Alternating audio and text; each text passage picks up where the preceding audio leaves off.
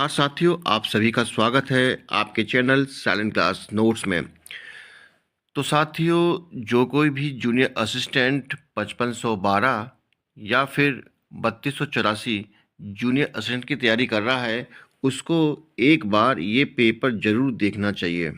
जी हाँ, 19 जनवरी 2025 को junior assistant 54 पद के लिए जो परीक्षा हुई थी, उस पेपर को, उस परीक्षा पत्र को ज़रूर एक बार देखना चाहिए, क्योंकि ये जो प्रश्नावली है वो निश्चित रूप से आपके लिए एक मार्गदर्शक का काम कर सकती है और आने वाले पेपर का स्तर और पैटर्न कैसा होगा इसे समझने में भी आपको आसानी रहेगी। लेकिन इससे पहले उन सभी छात्रों के लिए एक महत्वपूर्ण सूचना है जो छात्र यूपी ट्रिपलएससी की भर्ती जूनियर असिस्टेंट की तैयारी कर रहे हैं। वे सभी छात्र चक्षु प्रकाशन द्वारा प्रस्तुत की गई इस बेस्ट प्रैक्टिस बुक को ले सकते हैं। प्रश्नों का प्रारूप आयोग स्तरीय है एवं विस्तृत व्याख्या के साथ है। यूपी ट्रिपलएससी के परिवर्तित पाठ्यक्रम में यूपी जीके को शामिल किया गया है। उसके महत्व को समझते हुए चक्षु प्रकाशन ने यूपी जीके की पुस्तक प्रस्तुत की है। ये दोनों पुस्तकों का कॉम्बो पैक आपके लिए उपयोगी साबित हो सकता है। चक्षु प्रकाशन द्वारा अन्य परीक्षाओं की पुस्तकें भी उपलब्ध कराई जाती हैं, जो सभी पुस्तक विक्रेताओं के पास उपलब्ध हैं, और ऑनलाइन बुक ऑर्डर करने का लिंक डिस्क्रिप्शन बॉक्स में दिया गया है। आप ये देखिएगा कि इस प्रश्न पत्र का जो स्तर है वो कितना जटिल है। जो लोग ये सोचते हैं कि हमारी हिंदी तैयार हो चुकी है और वो 30 में से 30 नंबर ला सकते हैं, उनको एक बार फिर से सोचना चाहिए और आगाह होना चाहिए कि आने वाली परीक्षा अगर इस स्तर की हुई तो वो कितने अंक ला पाएंगे। और इससे आप अपना मूल्यांकन खुद कर सकते हैं कि आपकी जो तैयारी है वो किस स्तर की है और आयोग आपके लिए किस प्रकार के प्रश्न पत्र प्रस्तुत कर सकता है, उसके लिए आप कितने तैयार हैं। तो साथियों, एक एक करके हम आज इस वीडियो में केवल हिंदी को ही हल करेंगे और उसके बाद हम उसकी जो अलग पार्ट हैं उनको देखेंगे। तो साथियों, पहला प्रश्न आपके सामने है कि कृति नहीं पढ़ी वाक्य में कौन सा वाच्य है। तो साथियों, कृति कोई ऑब्जेक्ट नहीं है, ये बल्कि एक किसी का नाम है और इसी वजह से जिसका भी पेपर है उसने ये गलत ऑप्शन लगा दिया है कर्मवाच्य। कर्मवाच्य नहीं होगा, ये कर्तवाच्य होगा। कृति नहीं पढ़ी, कृति नहीं लिखी, कृति नहीं खाती है, कृति नहीं पीती है, ये इस तरीके सेंटेंस बनेगा। तो इसका जो आंसर होगा वो ये होगा ऑप्शन ए। फिर आपका जो सेकंड है क्वेश्चन, सेकंड नंबर, हृदय में संचित रति आदि स्थायी भाव का कार्य मन और वचन की चेष्टा के रूप में प्रकट होना क्या कहलाता है। अब आप देखिए कि भाई जो परीक्षक है, जो एग्जामिनर है, उसने किस तरीके से अपने पूछने के अंदाज को घुमाया है कि आपको रटी रटाई चीज़ भी गलत हो जाए। जी हाँ, और हुआ भी है। जिसने भी ये परीक्षा में जो ऑप्शन चुना है विभाव, ये तो बिल्कुल ही गलत है। हृदय में संचित स्थायी भाव अनुभाव होते हैं। आपको पता होना चाहिए कि स्थायी भाव क्या होता है। जैसे जिसके मन में जगता है, यानी कि परमानेंट फीलिंग। स्थायी भाव क्या होता है? परमानेंट फीलिंग होती है। क्या होती है? Permanent feeling. तो और जो विभाव होते हैं, विभाव का मतलब है जिसके हृदय में ये जो भावों का जो आलंबन होता है और उद्दीपन होता है। तो दो विभाव के भी दो प्रकार होते हैं, आलंबन और उद्दीपन। और आलंबन के भी दो प्रकार होते हैं, आश्रय और विषय। और जो उद्दीपन होता है वो होती है सिचुएशन। ठीक है। और रही बात अनुभाव की, तो अनुभाव होते हैं फीलिंग के बाद की प्रतिक्रिया। जैसे कि अगर कोई प्रेमी के सामने प्रेमिका आ जाती है अचानक से, तो प्रेमी जो है वो स्तब्ध हो जाता है, तो उसकी ये उसके अंदर का अनुभव है। ठीक है। तो फीलिंग के बाद की प्रतिक्रिया।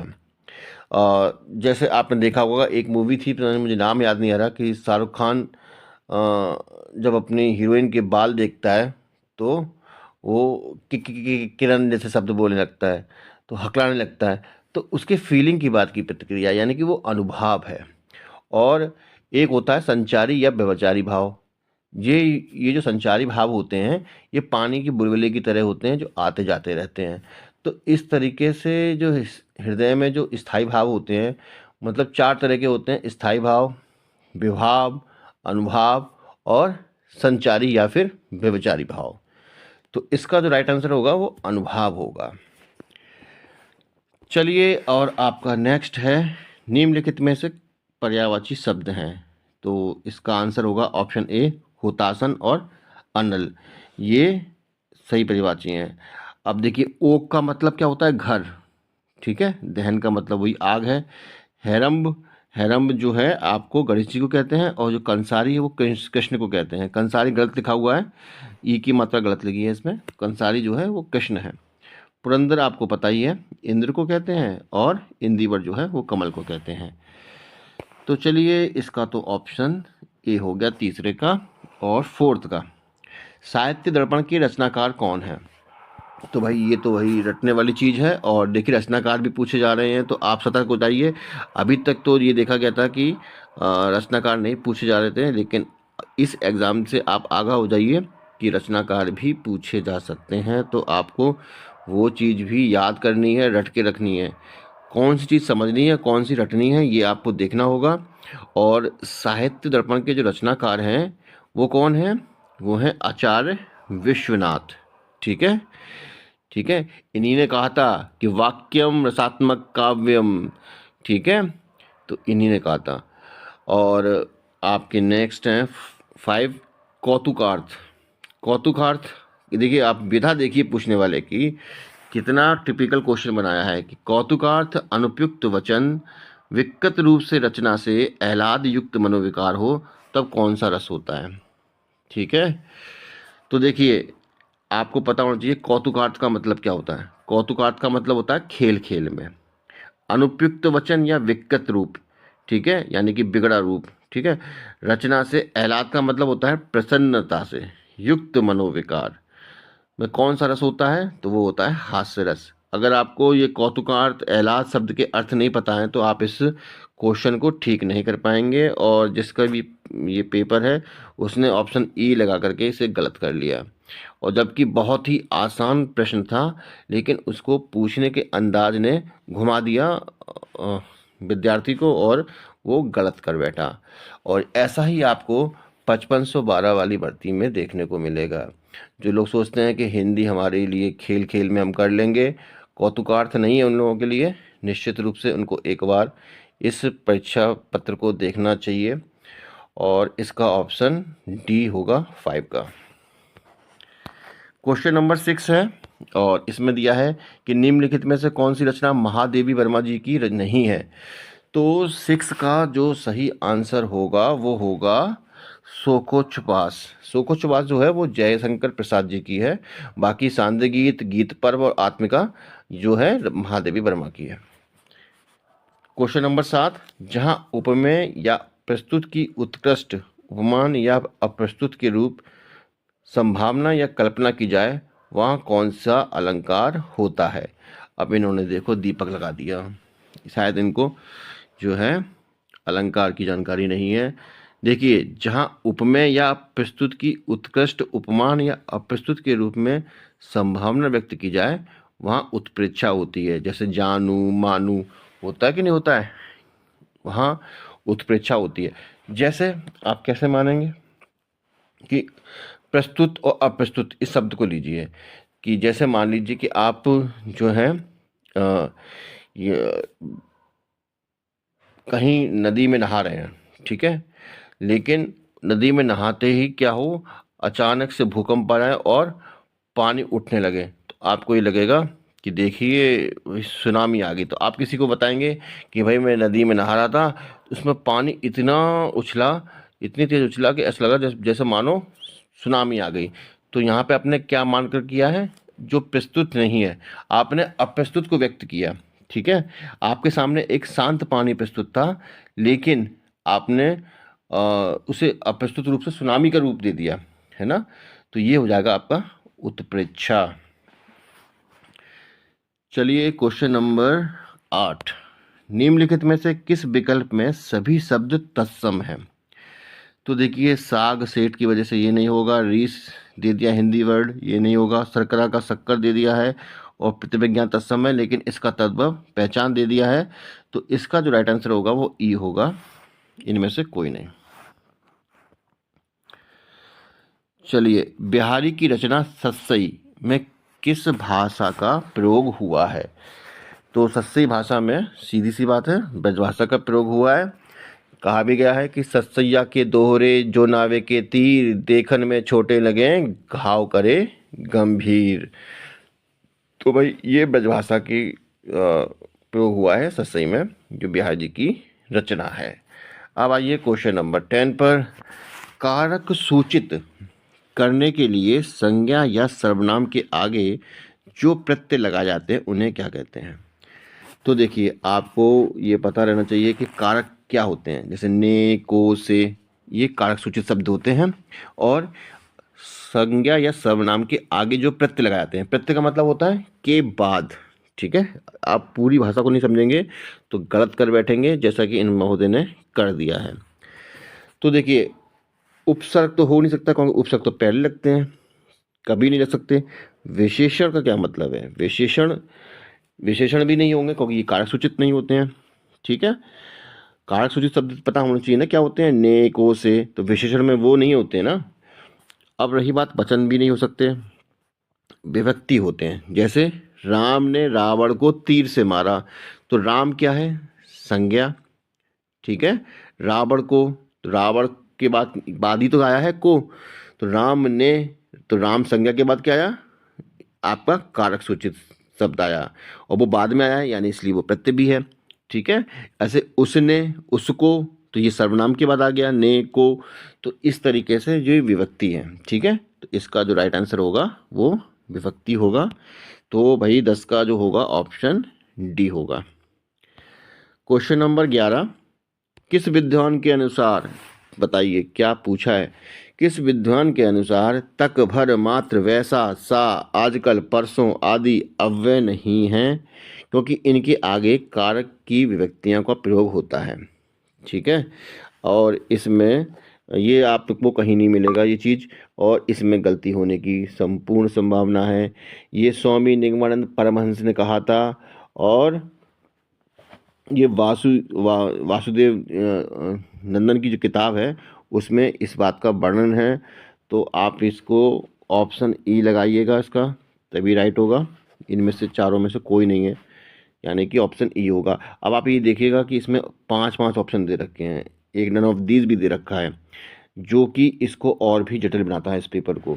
और हो सकता है कि 5 ऑप्शन आपको देखने को मिल जाए परीक्षा में, तो इससे कारण से क्या होगा, कट ऑफ भी गिरेगी, क्योंकि जब आपको डाउट होगा तो चारों में होगा, अब नहीं भी हो सकता है। इस तरीके से ये जो प्रश्न है, प्रश्नावली है आपकी टिपिकल हो रही है, और आने वाले जो परीक्षाएं हैं इसका सूचक हैं कि भाई आने वाली परीक्षाएं आसान नहीं होने वाली। तो भाई 11 का हो गया ऑप्शन ई। क्वेश्चन नंबर 12, इच्छुक का तद्भव क्या होता है? तो इच्छुक का तद्भव होता है ईख, यानी इसका ऑप्शन बी होगा। क्वेश्चन नंबर 13, फूले कांस सकल मही छाई जनु बरसा ऋतु प्रकट बुढ़ाई, उपयुक्त में से कौन सा अलंकार है? तो भाई देखो, जनु, मनु, ये तो आपको रटे हुए होंगे, और ठप्पा मार करके आप ऑप्शन सी लगा दीजिए, उत्प्रेक्षा। ठीक है, अभी बात की थी ना हमने कि प्रस्तुत को अप्रस्तुत रूप से व्यक्त करते हैं। ठीक है, और रूपक में तो रूप ही मान लेते हैं, बिल्कुल सेम टू सेम। जैसे कि अगर मान लीजिए कोई प्रेमी है, अपनी प्रेमिका का तुलना कर समानता दे रहा है कि वो चंद्रमा के समान है, तो उत्प्रेक्षा कर रहा है, और चंद्रमा ही मान लिया तो वो रूपक हो गया, तो वो होगा। और अनुप्रास तो होगा ही नहीं, अनुप्रास इसलिए नहीं होगा, ये शब्दों का वो है, आवृत्ति की वजह उससे है, तो अनुप्रास नहीं होगा। तो भाई रूपक भी नहीं होगा, क्योंकि इसमें तो एज इट मान लेते ना, एज इट। चलिए आप देखिए आपका क्वेश्चन नंबर 14, रीतिकाल को श्रृंगार काल की संज्ञा किसने दी है?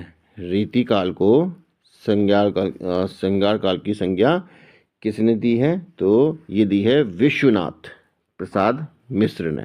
ठीक है, चलिए क्वेश्चन नंबर 15, उन्मादिनी किसकी रचना है? तो भाई ये सुभद्रा कुमारी चौहान की है उन्मादिनी।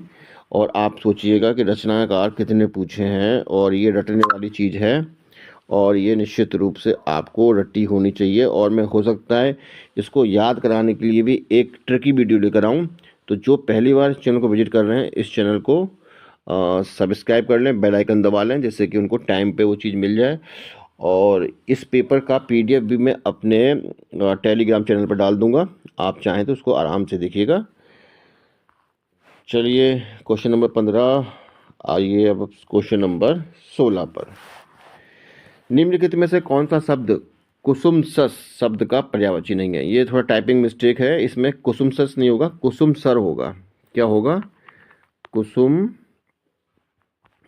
सर, कुसुम सर, जो कि किसका है? कामदेव का शब्द है, कामदेव को बोलते हैं कुसुम सर। तो पर्यायवाची नहीं है, तो कंदर्प जो है ये तो होगा ही नहीं, क्योंकि कंदर्प कामदेव से संबंधित है। मनसिजा नहीं है, मनसिज होता है, ये भी नहीं होगा, ये भी कामदेव के लिए है। और पंचसर भी जो है कामदेव को कहते हैं। देव नदी नहीं होगा, क्योंकि देव नदी जो है उसे गंगा को कहते हैं। तो इसका ऑप्शन बी हो जाएगा। क्वेश्चन नंबर 17, रामाज्ञा प्रश्न किसने लिखी है? तो भाई ये लिखी है, देखिए ये गलत कर दिया इन्होंने लगता है रामचरितमानस नहीं पढ़ी है। ये जो है ऑप्शन ए होगा, तुलसीदास। रामाज्ञा प्रश्न क्या है कि आप जब रामचरितमानस वगैरह पढ़ते हैं तो उसमें एक टेबल दे रखी है लास्ट में, उसमें आप सुबह उठ करके उसको पढ़ें आराम से, और जो भी प्रश्न आप करेंगे उसका उत्तर उसमें मिल जाता है। ठीक है, तो ये रामाज्ञा प्रश्न तुलसीदास जी ने लिखी है। और अब आपका आता है क्वेश्चन नंबर 18, भरत मुनि ने अपने नाट्य शास्त्र में भावों की संख्या कितनी कही है? भाई भाव कहाँ आ गए? ये तो रस की बात होनी चाहिए थी ना इसमें, नहीं तो इसमें स्थायी भाव की बात की गई है। हालांकि वो जो है, जो उन्होंने नहीं माना है, 8 ही रस माने हैं, उसमें से शांति को नहीं माना, शांति रस को नहीं माना है, जिसकी निर्वेद है। तो इस तरीके से ये तो होगा नहीं, इन्होंने 8 मार दिए हैं, जबकि ऐसा नहीं है, ये 8 रसों की बात है, शब्दों से घुमा दिया है। इसका आंसर होगा option E. Question number 19, Makhanlal Chaturvedi को किस पुस्तक के लिए साहित्य अकादमी पुरस्कार मिला था? देखिए फिर से रचनाकार पूछ लिए हैं। तो 19 का जो राइट आंसर होगा वो होगा हिम तरंगिनी। ठीक है, इनको हिम तरंगिनी के लिए साहित्य अकादमी पुरस्कार मिला था माखनलाल चतुर्वेदी को। क्वेश्चन नंबर 20, किस वाक्य में अधिकरण कारक है? किस वाक्य में अधिकरण कारक है? तो अधिकरण कारक कौन से होते हैं? में, पर, तो वो ऑप्शन बी होगा। जैसे पुस्तकें मेज पर रखी हैं, बाकी किसी में नहीं है, तो इसका ऑप्शन बी होगा। अब आइए क्वेश्चन नंबर 21, जहां दो वस्तुओं में विभिन्नता रहते हुए भी उनके रूप, रंग, गुण, स्वभाव आदि में समता की जाए। देखिए समानता की जगह समता शब्द इस्तेमाल किया है, जिससे आप कंफ्यूज हो जाएं। समता और समानता एक ही बात होती है। और वहाँ कौन सा अलंकार होता है? तो देखिए जहाँ दो वस्तुओं में विभिन्नता रहते हुए भी उनके रूप, रंग, गुण, स्वभाव आदि की समता की जाए, तो भाई समता में रूपक कहाँ से आ जाएगा? रूपक तो नहीं होना चाहिए, कि रूपक में तो बिल्कुल एज इट मान लेते ना। जैसे कि वो कहते हैं कि तुम्हारा मुख चंद्रमा के समान है, ठीक है, तो वहाँ तो आप दे सकते हैं कि हाँ भाई उपमा दे दी, ठीक है, उससे समता दी जा रही है। लेकिन रूपक में तो कहते हैं कि तुम्हारा मुख चंद्रमा है, मतलब तुम चंद्रमुखी हो, मतलब चंद्र के समान ही मुख, मतलब चंद्र को रिप्लेस ही कर दिया एक तरीके से। ठीक है, उसको चंद्र का ही रूप दे दिया उसके मुख को, तो वहाँ रूपक होता। तो यहाँ रूपक नहीं होगा, यहाँ उपमा होगा। बाकी श्लेष विमक आप जानते हैं, तो ये तो होना ही नहीं था। तो इसका आपको कंफ्यूज होते आप किसमें, सी और डी में, वहाँ आपको डी नहीं लगाना चाहिए था, क्योंकि मैंने आपको बताया कि वहाँ एज इट वैसा ही का वैसा मान लेते हैं, वहाँ रूपक होता है। तो आपका ऑप्शन सी होगा, उपमा। क्वेश्चन नंबर 22, शिवा वामनी के रचनाकार हैं। तो शिवा वामनी के जो रचनाकार हैं वो कौन है? महाकवि भूषण। ठीक है, इनका आंसर ये तो सही किया इन्होंने। क्वेश्चन नंबर 23, पर्णकुटी का विग्रह होगा। तो पर्ण कुटी का मतलब होता है पत्तों से बनी कुटिया। तो पत्तों से बनी कुटिया यानी कि पर्ण से बनी कुटी, ये इसका राइट आंसर होगा। पर्ण में कुटी, तो ये तो बिल्कुल सेंसलेस है। पर्ण वाला कुटी कुछ होता नहीं है, पर्ण ही कुटी ये भी कुछ मतलब नहीं है। तो इसका जो राइट आंसर होगा वो होगा पर्ण से बनी कुटी। क्वेश्चन नंबर 24, किस विद्वान ने प्रविष्ण को अंतर्विशेषण कहा है? तो देखिए, ये जो है कामता प्रसाद ने कहा है प्रविष्ण को अंतर्विशेषण। छंद के कुल कितने अंग हैं? तो भाई ऐसा कहीं भी एक्सप्लेन नहीं मिलेगा आपको कि छंद के कितने अंग हैं, किसी भी किताब में आपको देखने को नहीं मिलेगा। और इसका जो राइट आंसर होगा वो क्या होगा भाई? इसका राइट आंसर होगा उपयुक्त में से कोई नहीं। आधुनिक हिंदी कविता में बिंब विधान के लेखक हैं। तो क्वेश्चन नंबर 26 है, इसका जो राइट आंसर होगा वो होगा केदारनाथ सिंह। ठीक है, ऑप्शन बी, 26 का ऑप्शन बी। सैयद इब्राहिम किसका वास्तविक नाम है? तो भाई ये सैयद इब्राहिम जो है वो रस खान जी का वास्तविक नाम है, इसमें आपको कंफ्यूज नहीं होना चाहिए। बहुत अच्छा प्रश्न पूछ लिया इन्होंने। तो इसके कहा भी है कि रस खान कबू ना आंखें ते ब्रज, ऐसे कुछ कहा है इनके बारे में। तो ये जो है सैयद इब्राहिम रस खान को ही कहते हैं। क्वेश्चन नंबर 28, छंद की प्रथम चर्चा किस में हुई है? तो ये छंद की प्रथम चर्चा ऋग्वेद में हुई है। आपने पढ़ा होगा कि ऋग्वेद में 6 वेदांग होते हैं। एक होता है शिक्षा, और एक होता है कल्प, और एक होता है आपका व्याकरण, और एक होता है निरुक्त, और एक होता है छंद, और एक होता है ज्योतिष। तो छंद की इन्होंने जो चर्चा है वो ऋग्वेद में हुई है। और ऐसा कहा जाता है कि इन 6 चीज़ों के अगर आपको ज्ञान नहीं है तो आप ऋग्वेद के ज्ञाता नहीं कह सकते। इन 6 चीज़ों को जानने के बाद ही आप ऋग्वेद को, यानी ऋग्वेद को नहीं, वेदों को जान सकते हो। ठीक है, तो वेदों के ज्ञाता बनने के लिए आपको इन 6 चीज़ों की आवश्यकता है। ये 6 भाग हैं, यानी 6 अंग हैं, यानी कि वेदांग के, जिसमें छंद की उन्होंने बात की है ऋग्वेद में। और ये आपको पद पढ़ा भी होगा इतिहास में। क्वेश्चन नंबर 29, अहेर का तत्सम शब्द क्या है? तो आपने पढ़ा होगा अहेरी, आखेटक, तो उसी से बना है अहेर, तो अहेर का होगा आखेट। क्वेश्चन नंबर 30, किस भाषा के मूल शब्द को क्या कहते हैं? तो भाई भाषा के जो मूल शब्द होते हैं उसको तत्समी कहते हैं, क्योंकि वो उसी के समान होता है। ठीक है, जब वो विकृत अवस्था में आ जाता है तो वो तद्भव वगैरह बन जाता है।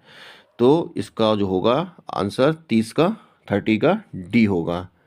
ठीक है, जैसे मत्स्य से मछली बना, तो मत्स्य जो है वो उसका मूल शब्द है, रूट वर्ड है, उससे फिर मछली बन गया। तो इस तरीके से आपके ये 30 क्वेश्चन आपने देख लिए और आपने इनका स्तर भी देख लिया। और इससे आपको कम से कम ये तो पता चल गया होगा कि अगली जो भर्ती आपकी होने वाली है जूनियर असिस्टेंट 5512 और 3284 वाली, उसके लिए आपको अभी से सतर्क हो जाना है। और साथियों मिलते हैं अगले वीडियो में, और इस पीडीएफ को मैं टेलीग्राम पर डाल दूंगा और आप वहां से डाउनलोड कर लीजिएगा। और अगर जो पहली बार चैनल को विजिट करें हैं वो एक बार इसको सब्सक्राइब और बेल आइकन जरूर दबा लें। और वीडियो अगर पसंद आया हो तो लाइक और शेयर जरूर करें। नमस्कार।